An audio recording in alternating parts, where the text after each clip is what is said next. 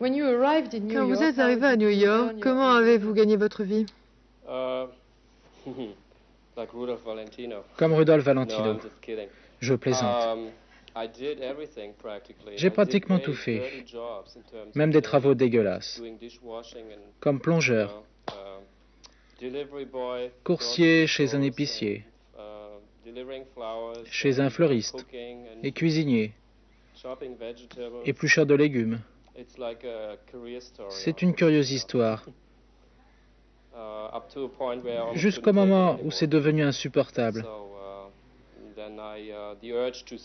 Le besoin de chanter a été le plus fort, et un jour j'ai donné un spectacle dans un club. Ça a eu beaucoup de succès, et j'ai pu abandonner tous les travaux terribles et consacrer mon temps à ma musique.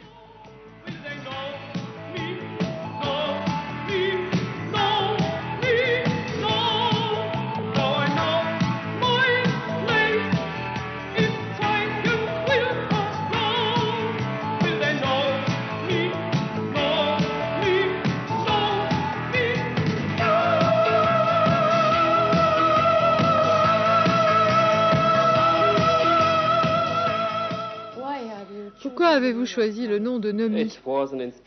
C'est l'inspiration. Je pense que c'est un nom qui sonne bien. C'est un nom qui n'appartient à rien. Ça pourrait être de n'importe quel pays, parce que je me vois comme quelqu'un d'universel, pas comme un Allemand, comme un Américain ou un Français, tout ce que vous voulez. Parce qu'on est tous sur cette planète, on vit sur cette terre. Ce n'est pas suffisant pour vous d'être Nomi, il faut que vous portiez le symbole de Nomi. Maintenant, je suis dans le business. J'aime faire moi-même ma promotion. Et je pense que c'est un très joli badge. C'est moi qui l'ai conçu.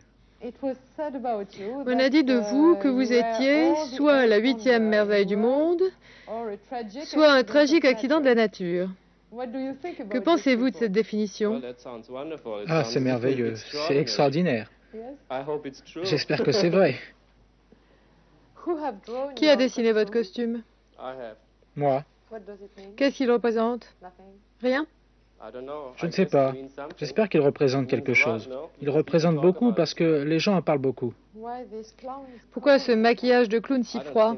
Je ne pense pas que ça soit clownesque ni froid. C'est très théâtral, très intense. C'est un maquillage très artificiel. C'est un maquillage de scène. C'est comme une poupée, un dessin animé. Vous voyez ça une fois, vous n'oubliez jamais. Pourquoi vous cachez-vous derrière ce maquillage? Je ne me cache pas vraiment. Je me montre comme je suis, parce qu'avec mon allure, j'ai du mal à passer pour quelqu'un de normal. Dans la rue, quand j'étais jeune, les gens me trouvaient l'air bizarre et je me sentais très malheureux à cause de ça. Et d'un seul coup, je suis allé sur scène et on m'accepte. Et les gens m'aiment pour ça. Mais dès que je suis dehors, je sens que je dois me cacher parce que les gens se moquent de moi à cause de mon allure, quelquefois. Et maintenant, je me sers de cette apparence. Et elle travaille pour moi. Je la fais travailler pour moi. J'exagère même mon style. Je cachais mon très grand front, mais maintenant je le vends.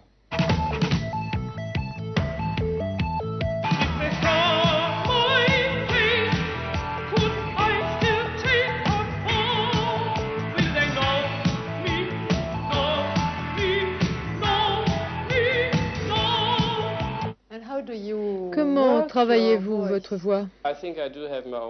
Je pense que j'ai ma propre technique, parce que j'ai été déçu par les professeurs de chant, sous réserve que j'ai peut-être pas rencontré le bon. Je n'aime pas dépendre de professeurs de toute façon.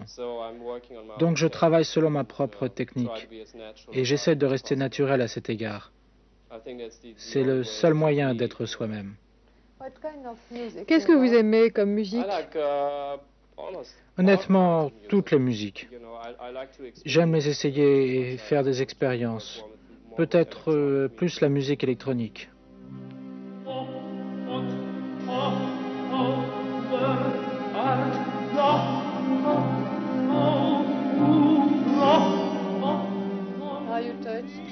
Êtes-vous concerné par les problèmes de la vie moderne ou vivez-vous dans votre rêve et votre personnage? Je suis terrorisé. Il y a des moments où ça me met en colère. Mais je ne sais pas quoi faire contre ça. Parce qu'il y en a trop, et c'est aussi pour ça qu'une partie de mon travail essaye d'éloigner les gens de ça. J'ai lu que vous vouliez être un personnage magique. Je pense que c'est joli d'être un peu magique. On a besoin de ça de nos jours. Et tout ce qu'on sait sur les contes de fées, les vieilles histoires dans les livres, je crois qu'on peut penser que quelque part c'est là autour de nous. Mais de nos jours, on peut penser que la magie des choses a été tuée. Et j'essaie de la faire survivre un peu. Vous voulez devenir une star? Je ne sais pas ce que ça veut dire. Je veux accomplir mon travail et réaliser mon rêve. Je veux faire quelque chose de ma vie et j'espère que j'en serai capable. Et c'est beaucoup de travail pour y arriver. Mais j'aime ça.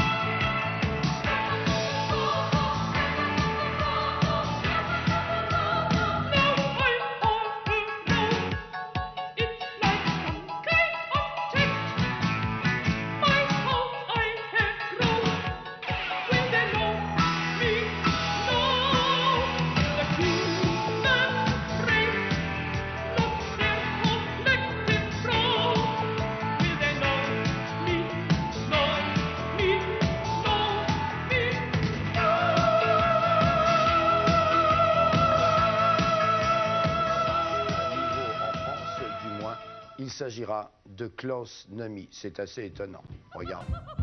C'est vraiment une grande perte pour le classique de voir une voix pareille s'abîmer dans des salles comme ça, dans un répertoire aussi bidon. Je suis amateur de musique classique et j'ai trouvé que c'était très bien. Je suis peut-être beau public, je me suis laissé surprendre, mais c'est vraiment merveilleux. Tout à fait surprise, mais du bon côté. Bon, très très surpris, oui, mais génial.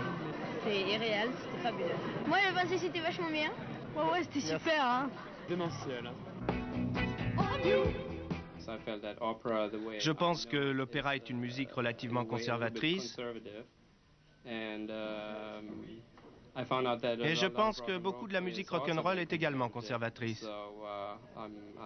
Et c'est pourquoi je cherche un lien pour réunir ces deux éléments. Elvis Presley.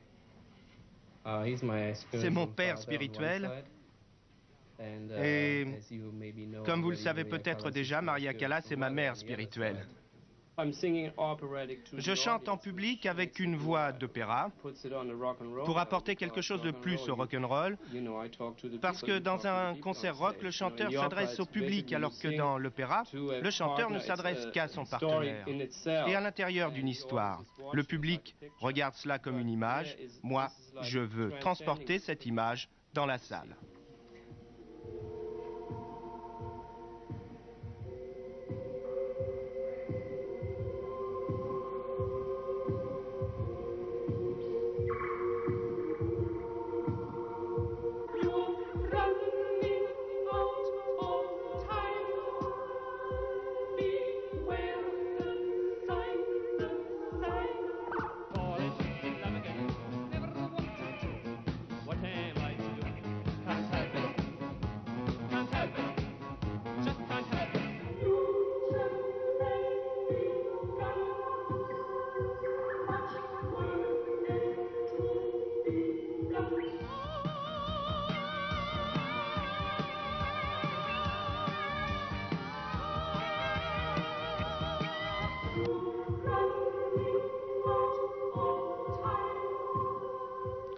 Klaus Nomi, si vous aviez un seul mot à donner pour définir votre musique, quel serait-il?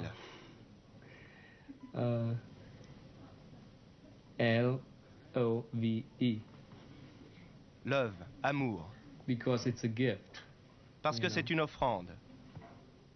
And you only make a gift when Et on donne quelque chose que quand on le ressent profondément.